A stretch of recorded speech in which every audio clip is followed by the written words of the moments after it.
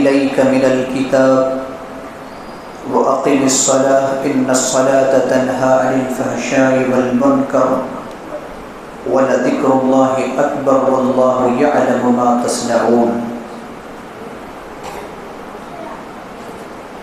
اللہ سبحانہ و تعالیٰ کی توفیق سے آج کی نماز تراویح میں 21واں پارہ مکمل اور 22واں پارہ کا کچھ حصہ پڑھا گیا ہے۔ اللہ رب العالمین ہماری اس تلاوت سننے اور سنانے کو قبول فرمائے، آمین۔ جو آیتیں پڑھی گئی ہیں ان میں سے سورۃ العنکبوت کی آخری چند آیتیں، سورہ روم، لقمان، سورہ سجدہ، 3 سورتیں مکمل اور سورۃ الاحزاب کی اکثر آیتیں پڑھی گئی ہیں۔ اللہ تبارک و تعالیٰ نے اس پارہ کا آغاز اتل ما اوحی الیک من الکتاب، اے نبی صلی اللہ علیہ وسلم آپ تلاوت کریں جو آپ کی طرف وحی کی جاتی ہے کتاب سے، وَأَقِمِ الصَّلَاةَ اور نماز قائم کرے، إِنَّ الصَّلَاةَ تَنْهَى عَنِ الْفَحْشَاءِ وَالْمُنكَرِ یقیناً نماز بے حیائی اور برائی سے روکتی ہے، وَلَذِكْرُ اللَّهِ أَكْبَرُ اور اللہ کا ذکر سب سے بڑا ہے، وَاللَّهُ يَعْلَمُ مَا تَصْنَعُونَ اور اللہ جانتا ہے جو تم کرتے ہو۔ اس آیت مبارکہ میں اللہ تبارک و تعالیٰ نے 2 باتوں کا حکم دیا ہے۔ پہلی بات اللہ کی کتاب یعنی قرآن مقدس کی تلاوت کرنے کا، اور دوسری بات کیا ہے؟ نماز قائم کرنے کا۔ اور اللہ تبارک و تعالیٰ نے فرمایا کہ جو بندہ اللہ کی کتاب کی تلاوت کرے گا اور نماز قائم کرے گا، نماز کے فوائد میں سے ایک فائدہ یہ ہے کہ اس بندے کو نماز بے حیائی اور برائی سے روکے گی۔ یعنی جو مصلی ہوگا، جو بندہ نمازی ہوگا، یہ نماز کے اندر اتنا پاور ہے، اتنی طاقت ہے کہ اس انسان کو بے حیائی اور برائی کرنے سے روکے گی۔ اب ہم اور آپ اگر دیکھیں کہ کوئی بندہ نماز بھی پڑھتا ہے اور بے حیائی بھی کر رہا ہے، نماز بھی پڑھتا ہے، کبیرہ گناہوں کا ارتکاب بھی کر رہا ہے، اس کا صاف مطلب یہ ہے کہ اس کے نماز کے اندر نقص اور عیب ہے، اس کے نماز کے اندر کوئی کمی اور خامی ہے، ورنہ اللہ کا کلام یہ نہیں کہتا کہ نماز بے حیائی اور برائی سے روکتی ہے۔ لہٰذا اگر کوئی بندہ نماز ادا کر رہا ہے تو اسے دیکھنا چاہیے کہ ہماری نماز کے اندر کون سی کمی ہے۔ کیا ہم جو غذا کھا رہے ہیں یہ حرام ہے، یا جو ہم لباس پہن رہے ہیں یہ حرام ہے، یا ہم نماز صحیح طریقے سے نہیں پڑھتے، یا ہم ناپاک رہتے ہیں؟ اس طریقے سے ہم اور آپ اپنے نماز کا جائزہ لیں، ورنہ اللہ کا کلام کبھی جھوٹا نہیں ہو سکتا، ہم اور آپ جھوٹے ہو سکتے ہیں۔ اللہ تبارک و تعالیٰ نے سورہ روم کے اندر اسی بات کو ذکر کیا اور کہا وَأَقِیمُوا الصَّلَاةَ وَلَا تَكُونُوا مِنَ الْمُشْرِکِینَ، نماز قائم کرو اور مشرکوں میں سے مت ہو جاؤ۔ اس کا کیا مطلب ہے کہ نماز اور ایمان کے ساتھ ایک گہرا تعلق اور رشتہ ہے، اور جو بندہ نماز قائم نہیں کرتا ہے، ایک پردہ جو ایمان اور کفر کے درمیان ہے اسے توڑ دیتا ہے، اور شرک کے چور دروازہ سے وہ انسان ممکن ہے کہ داخل ہو جاتا ہے۔ لہٰذا انسان کو نماز پڑھنی چاہیے اور وقت مقررہ پر۔ اللہ رب العالمین نے سورہ روم کے اندر کئی باتیں کہی ہیں، ان میں سے پہلی بات یہ ہے اللہ کے رسول صلی اللہ علیہ وسلم کے زمانے میں اس وقت دو سپر پاور تھے، دو سپر پاور ملک۔ کون کون سے ملک؟ ایک روم اور دوسرا ایران، روم اور ایران، اور ان دونوں میں آپس میں ہمیشہ لڑائیاں ہوتے رہتی تھیں۔ سپر پاور آج بھی دیکھیں، امریکہ کہتا ہے کہ میں سپر پاور، چائنا کہتا ہے کہ نہیں میں سپر پاور، اور اس طریقے سے جو ہے ایک دوسرے کو کمزور کرنے کی کوشش۔ تو اس دور میں بھی یہ دونوں ملکوں میں لڑائیاں ہوتی تھیں، اور روم کے جو لوگ تھے وہ اہل کتاب تھے، عیسائی تھے، اور عیسائی مسلمان ان کی تائید کرتے تھے۔ مکی زندگی میں مسلمان لوگ عیسائی کی تائید کرتے تھے، اور مکہ کے جو کافر تھے، ایران کے جو مجوسی تھے یعنی آتش پرست، آگ کے پجاری تھے، تو یہ آپس میں دوست تھے، یعنی عیسائی مسلمانوں کے دوست اور آتش پرست آگ کے پجاری کافروں کے دوست، اس طریقے سے دوستی تھی۔ اب اتفاق سے روم کو شکست ملتی، روم والوں کو ہمیشہ جو ہے زیادہ تر انہیں شکست دی جاتی تھی، عیسائی لوگ ہار جاتے تھے۔ روم والے، ایران بڑا پاورفل ملک تھا، حالانکہ روم بھی تھا، لیکن انہوں نے کمزور کر دیا، کس کو؟ رومیوں کو کمزور کر دیا۔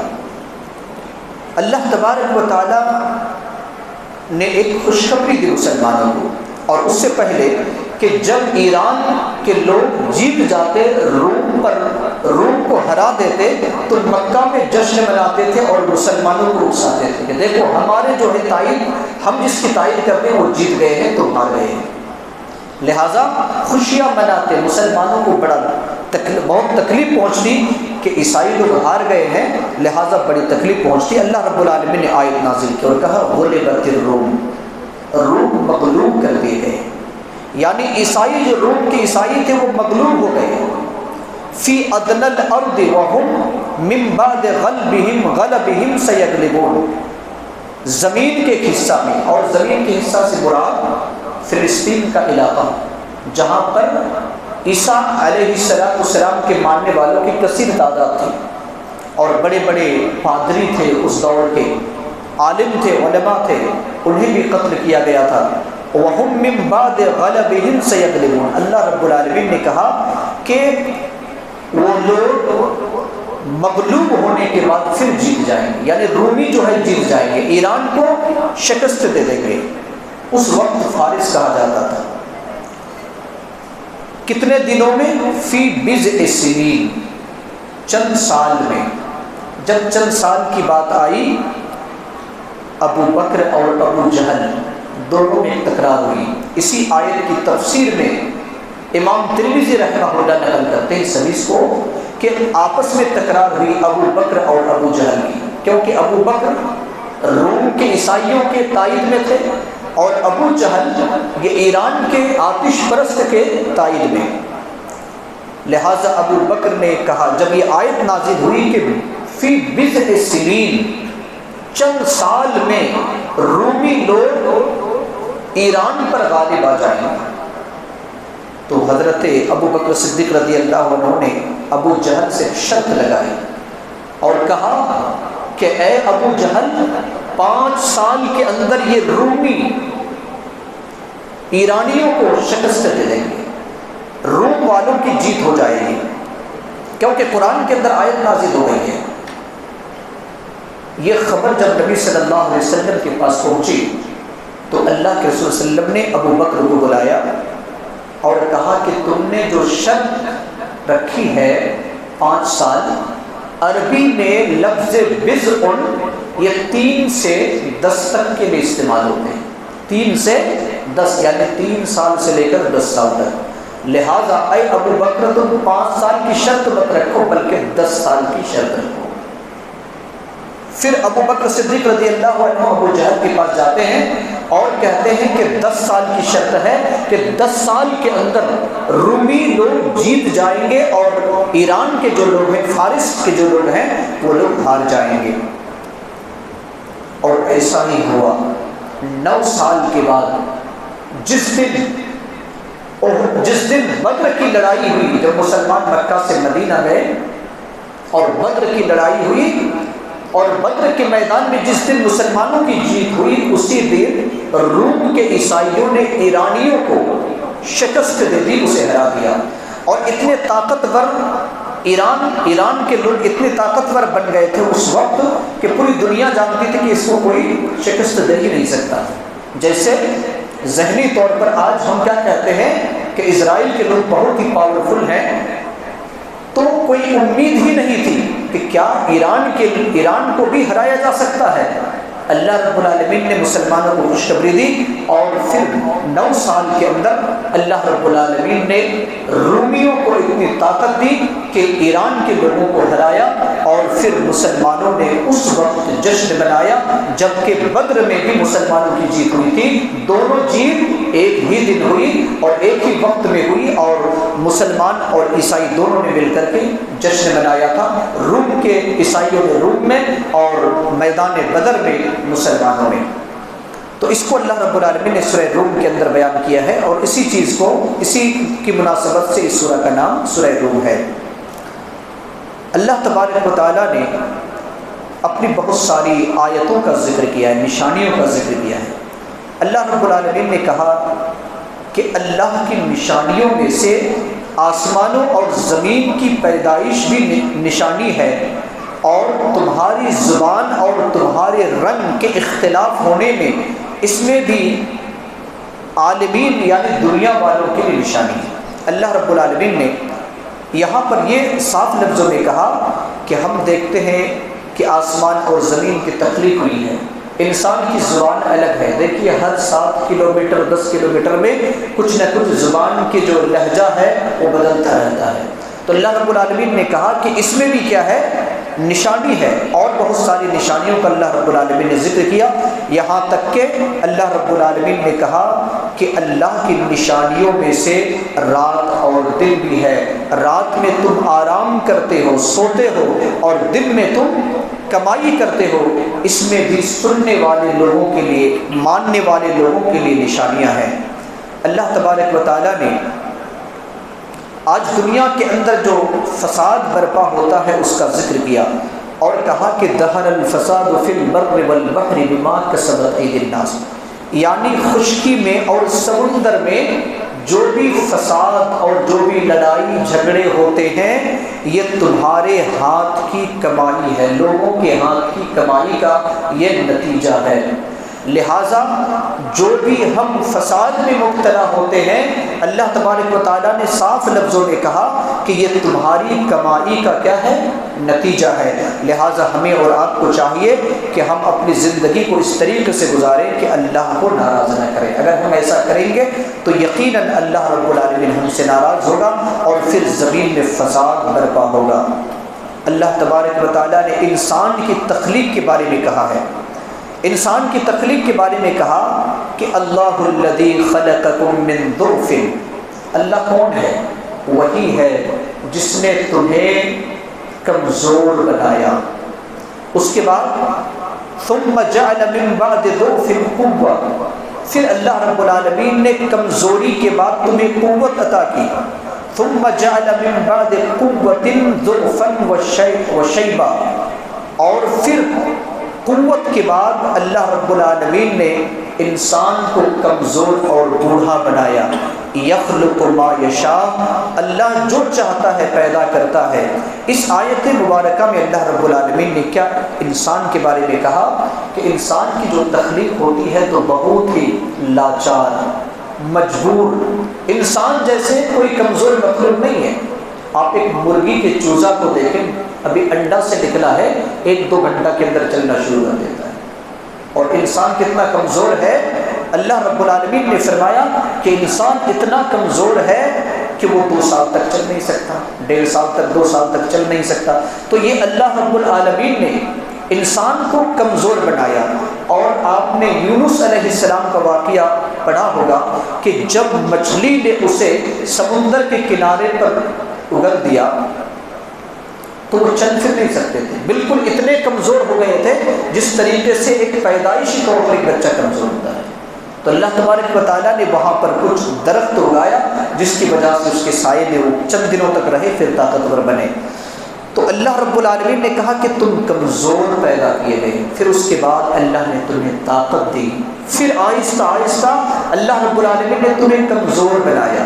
یہ انسانی تخلیق ہے، بچے کمزور ہوتے ہیں، اس کی ہڈیاں بالکل کمزور ہوتی ہیں، آہستہ آہستہ وہ مضبوط ہوتا ہے۔ انسان جب جوان ہوتا ہے مضبوط ہوتا ہے، اور پھر جب 40 سال کے بعد اس کی عمر ہوتی ہے، آہستہ آہستہ ہر اعضاء کمزور ہونے لگتا ہے، آہستہ آہستہ ہر اعضاء کمزور ہونے لگتا ہے۔ یہی وجہ ہے کہ سیدنا زکریا علیہ السلام اپنے دعا میں اسی بات کا ذکر کر رہے تھے۔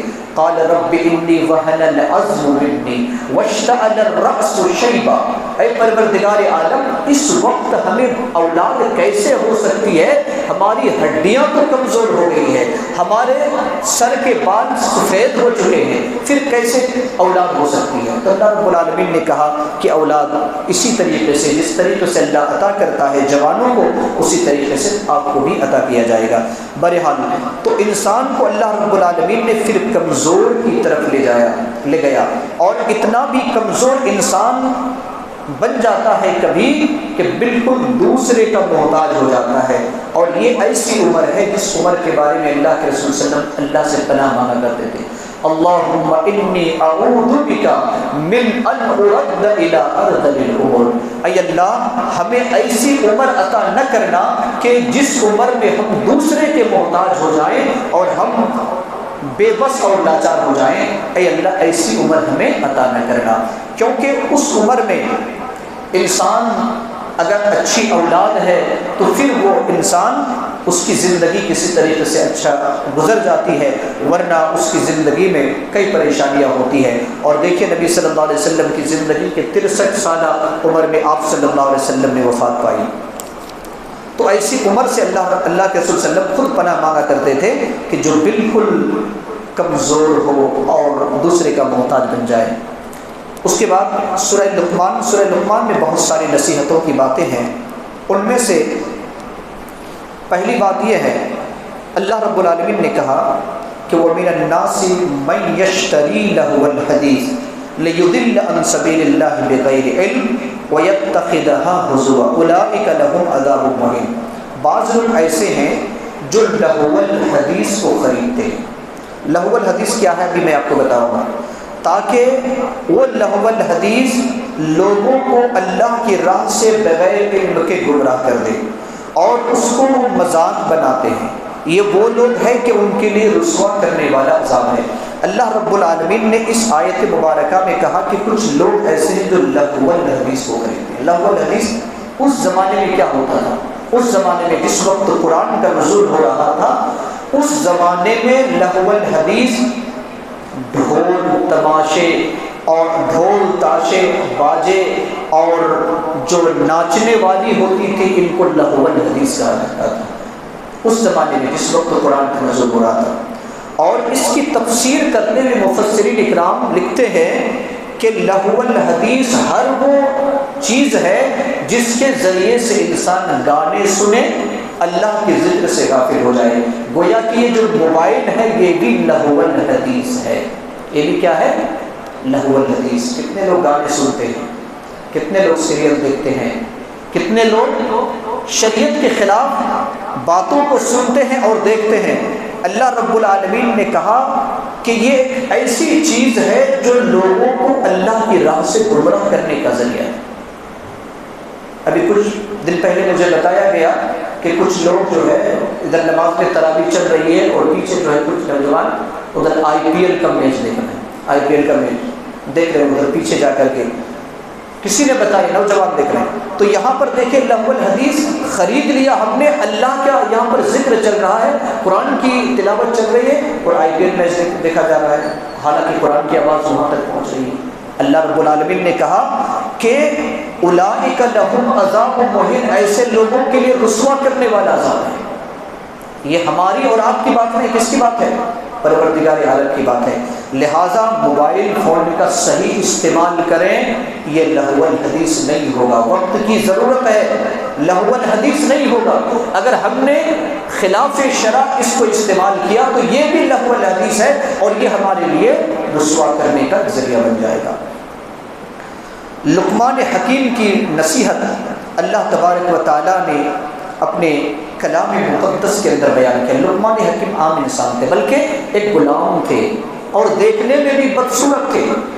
اس کے مالک نے ایک دن کہا کہ اے لقمان، ایک کام کرو، ایک بکرے کو ذبح کرو اور اس میں سب سے جو بہترین 2 حصے ہیں اسے لاؤ۔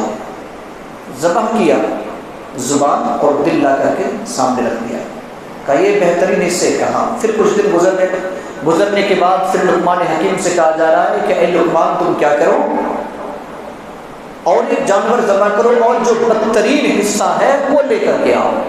پھر لقمان حکیم ایک بکرے کو کاٹتے ذبح کرتے ہیں اور پھر وہی زبان اور دل لا کر کے بعد اپنے مالک کے سامنے، اپنے آقا کے سامنے پیش کر دیتے ہیں۔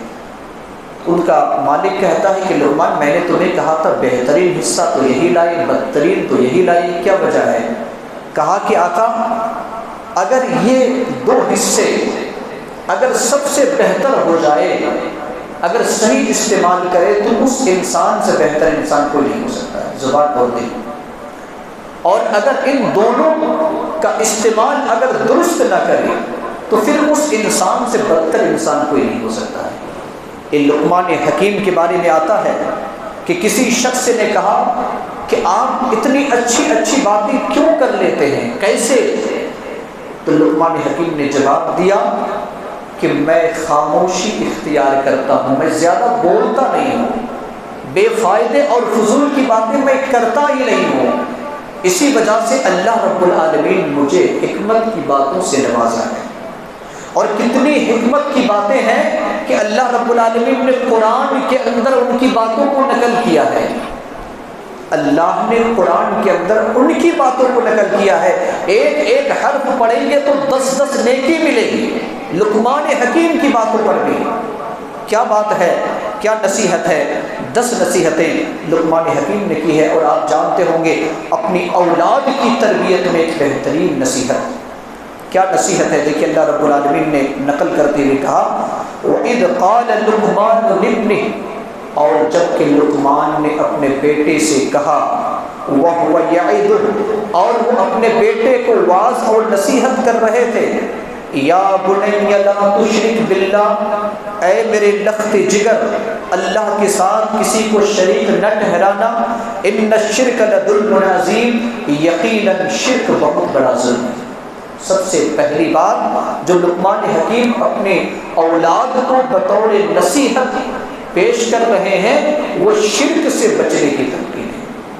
آج ہم کیا کرتے ہیں، بچے جو معصوم ہوتے ہیں اس کو بھی شرک کے دروازے کی طرف لاتے ہیں۔ اس طریقے سے اس کے گلے میں، ہاتھ میں، کمر میں دھاگا ڈال کر، تعویذ ڈال کر، جو معصوم بچہ ہوتا ہے اس کو شرک کی طرف ہم لے جاتے ہیں۔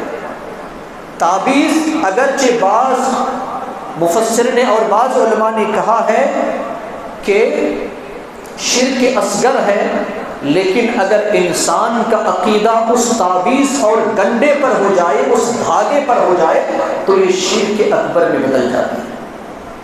اور آج اکثر لوگوں کا یہی حال ہے کہ جب ایک بندہ تعویذ لگا دیتا ہے تو یہی کہتا ہے کہ یہ جو ہے ہمیں مصیبت سے بچائے گی، مصیبت سے روکے گی، لہٰذا انسان کا عقیدہ اس تعویذ پر چلا جاتا ہے، جس کی وجہ سے وہ انسان کیا ہوتا ہے، شرک اکبر میں مبتلا ہو جاتا ہے، بڑے شرک میں مبتلا ہو جاتا ہے۔ یہاں پر لقمان حکیم کیا کہہ رہے ہیں کہ اے میرے بیٹے شرک نہ کرنا، کیونکہ شرک سب سے بڑا کیا ہے، ظلم ہے۔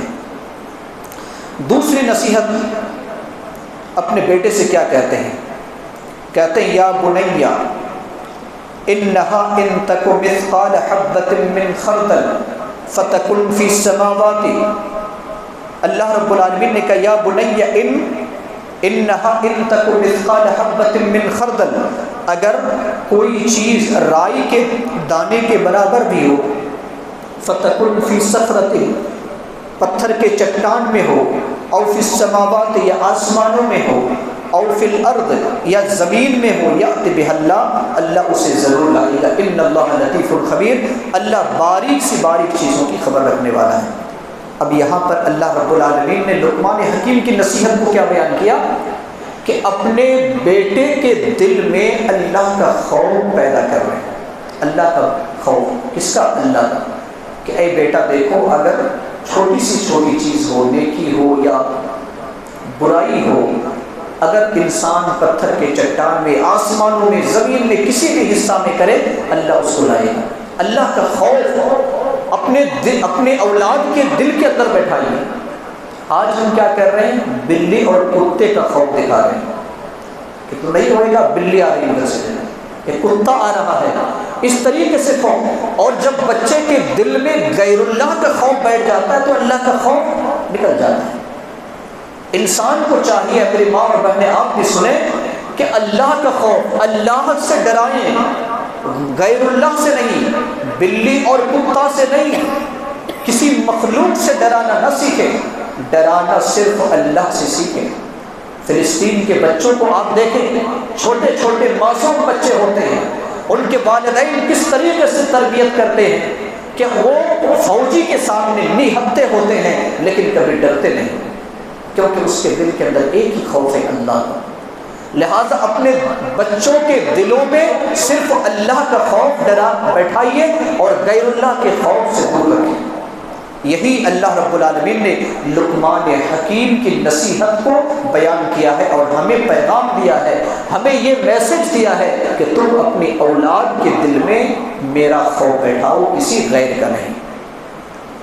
اس کے بعد تیسری نصیحت، یا بنی اقیم الصلاۃ، اے میرے لاڈلے نماز قائم کرو، وَأْمُرْ بِالْمَعْرُوفِ، بھلائی کا حکم کرو، وَنْهَ عَنِ الْمُنْكَرِ، اور برائی سے روکو، وَاصْبِرْ عَلَىٰ مَا أَصَابَكَ، اور صبر کرو جو تمہیں تکلیف پہنچے، إِنَّ ذَلِكَ مِنْ عَزْمِ الْأُمُورِ، یقیناً یہ ہمت والوں کا کام ہے۔ اس آیت مبارکہ میں اللہ رب العالمین نے 4 باتوں کا ذکر کیا، نماز قائم کرنے کا، بھلائی کا حکم کرنا، برائی سے روکنا اور صبر کرنا، یہ 4 باتوں کا حکم کیا۔ آج ہم خود نمازی نہیں، اللہ کے رسول صلی اللہ علیہ وسلم کی حدیث کیا ہے کہ مروا اولادکم بالصلاۃ وهم ابناء سنین واضربوهم علیہا وهم ابناء 10 سنین، اپنی اولاد کو نماز کا حکم کرو جب 7 سال اس کی عمر ہو جائے اور 10 سال کی عمر ہو جائے اور نماز نہ پڑھے تو اسے مارو، مار کر کے اسے مسجد لاؤ۔ آج ہمارا اور آپ کا حال یہ ہے کہ ہم خود بھی نمازی ہیں تو ہماری اولاد کہاں سے نماز پڑھے گی؟ بھلائی کا حکم کرنا، برائی سے روکنا، صبر کرنا۔ آج ہم بھلائی کا حکم نہیں کرتے، برائی سے روکتے ہیں، اور صبر تو ہمارے پاس ہے ہی نہیں، صبر تو ہمارے پاس ہے ہی نہیں، جبکہ اللہ کے رسول صلی اللہ علیہ وسلم کی حدیث ہے کہ جس بندے کو صبر دیا گیا گویا کہ دین اسلام کا ایک بڑا حصہ اسے عطا کر دیا گیا، اور صبر جیسی چیز کسی اور کو نہیں دی گئی۔ صبر کو ضیاء کہا، روشنی کہا، لہٰذا ہمیں اور آپ کو خود بھی صبر کرنا ہے اور دوسرے کو بھی صبر کی تلقین کرنی ہے۔ آج ہم تو کھانے پینے میں بھی صبر نہیں کرتے۔ ابھی دعوت جو ہوتی ہے نا، اگر کھانا بنائیں یہاں پر تو ہمیں صبر ہے، سب ایک ساتھ بیٹھ جاتے ہیں، 150 آدمی 200 آدمی ایک ساتھ بیٹھ جاتے ہیں، اب کھلانے والے کون ہوں گے؟ دعوت خانہ میں جاتے تو دھکا مکی لگاتے ہیں، وہاں پر جتنے لوگ بیٹھنے کی اتنے ہی بیٹھتے ہیں، پھر جو ہے گیٹ پر کھڑے رہتے ہیں۔ اب یہاں پر ایسا نہیں کرتے، تو ذرا صبر کر لیں، 10 منٹ کے بعد تو پھر ہمیں اور دوسرے مرتبہ بیٹھیں گے تو کھانا مل ہی جائے گا نا۔ ایسا تو نہیں کہ جو پہلے والا، ہماری مقدر میں جتنا کھانا ہے وہ ملے گا۔